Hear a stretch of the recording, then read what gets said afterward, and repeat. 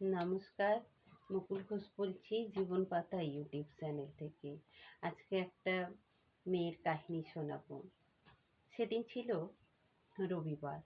রান্নাবান্নার পর হাতে অনেকটা সময় ছিল। আমার ছেলে আর তার পাপা তখনও স্নান করে আসেনি। টেবিলের বইগুলো এদিক ওদিক করতে করতে হাতে পড়ল স্কুলের সেই পত্রিকা। পেজ উল্টে দেখি যে লেখাটা দেখতে পেলাম, আমি সেই মেয়ে।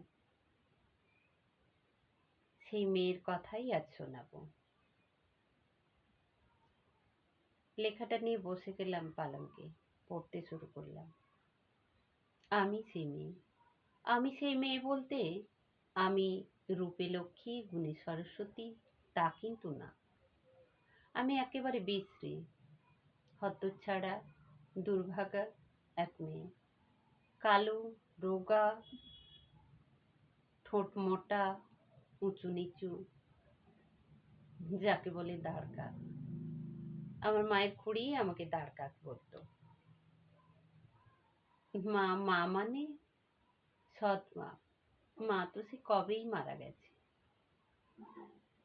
মা মারা যাওয়ার পর বাবা আমার দেখভালের জন্য আবার বিয়ে করেন।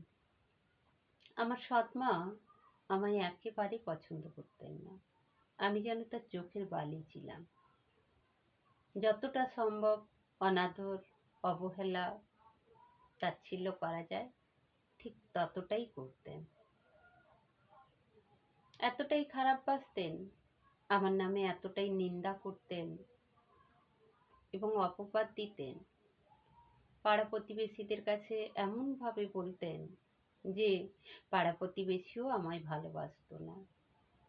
এমনকি কখনো কখনো কেউ কোনো শুভ কাজে গেলে আমার মুখ এড়িয়ে চলত। আমি সব দেখতাম, বুঝতে পারতাম, কিন্তু কাউকে বলতে পারতাম না, কারণ শোনার মতো কেউ ছিল না। তাই চুপ করে থাকতাম। যাই হোক, সৎ মায়ের অবহেলা আর প্রকৃতির নিয়মে আমি ক্রমে বেড়ে উঠতে থাকি। আমি তখন ক্লাস 9-এ পড়ি। বাইরে বৃষ্টি হচ্ছে। বারান্দায় বসে লণ্ঠনের আলো নিয়ে পড়তে বসেছি। রান্নাশালে মা বাবা কথা হচ্ছে। আমি শুনতে পাচ্ছি। প্রতিবেশীর কোনো এক সৎ ভাই, 40-45 বছর বয়স হবে, যার ছেলের বাবা, স্ত্রী মারা গেছে। পাত্র হিসেবে সেই আমার উপযুক্ত মায়ের চোখে। বাবার কাছে সেই পড়শির কত গুণগান, কত খাতির। বাবাকে অনেক করে বুঝাচ্ছে ওই ছেলেই আমার বিয়ের জন্য ঠিক উপযুক্ত। বাবা কিছুতেই রাজি হচ্ছে না। আর মাও নাছোড়বান্দা। তোমার যা মেয়ে, যা দেখতে, যা গুণ, যা হতচ্ছাড়া, এই ছেলে যে পছন্দ করেছে ঢের ভালো। এত ভালো ছেলে হাতছাড়া করলে আর বিয়ে দিতে পারবে না, কন্যাদায় থেকে মুক্তি পাবে না। তার চেয়ে বরং এই ভালো, পছন্দ করেছে দিয়ে দাও। অনেক জেদাজেদির পর বাবা রাজি হয়ে গেল। কাল শ্রাবণ সংক্রান্তিতে তার সাথে আমার বিয়ে দেবে, এটাই ঠিক হলো। আমি সব শুনলাম, কিন্তু না শোনার ভান করেই থাকলাম। রাত্রে শুতে গেলাম, কিছুতেই ঘুম আসছে না। কি করে সৎ মায়ের এই ফাঁদ থেকে নিজেকে রক্ষা করব ভাবতে লাগলাম। শেষে ভোর রাতে দরজা খুলে দৌড় দিতে লাগলাম। ছুটতে ছুটতে এসে যখন থামলাম এক বড় রাস্তার উপর, তখন সকাল হয়েছে সবেমাত্র। জানি না কোথায় এসেছি, কোথায় যাব তাও জানি না। কখনো গ্রামের বাইরে কোথাও বেরোইনি। ওই বড় রাস্তা ধরেই হাঁটতে থাকলাম। কিছুটা যাওয়ার পর একটা চায়ের দোকান দেখতে পেলাম। শরীরে ক্লান্তি, পা অবসন্ন, পেটে খিদের জ্বালা। দোকানে গিয়ে হাঁ করে তাকিয়ে থাকলাম। বেরিয়ে আসার সময় তো পয়সা নিয়ে আসিনি, খাবো কি করে? হঠাৎ ভেতর থেকে এক ভদ্রমহিলা বললেন, তুমি কিছু খাবে? হ্যাঁ না বলার আগেই আমার দিকে দুটো বিস্কুট বাড়িয়ে দিল। আমি ছো মেরে বিস্কুট দুটো নিয়ে গোগ্রাসে গিলে ফেললাম। টেবিলে রাখা জল ঢকঢক করে খেয়ে নিলাম। তারপর মহিলার দিকে তাকালাম। তিনি আমাকে দোকান থেকে কিছুটা তফাতে নিয়ে গেলেন। সবকিছু জিজ্ঞেস করলেন। আমি কিছু গোপন না করেই সব বললাম।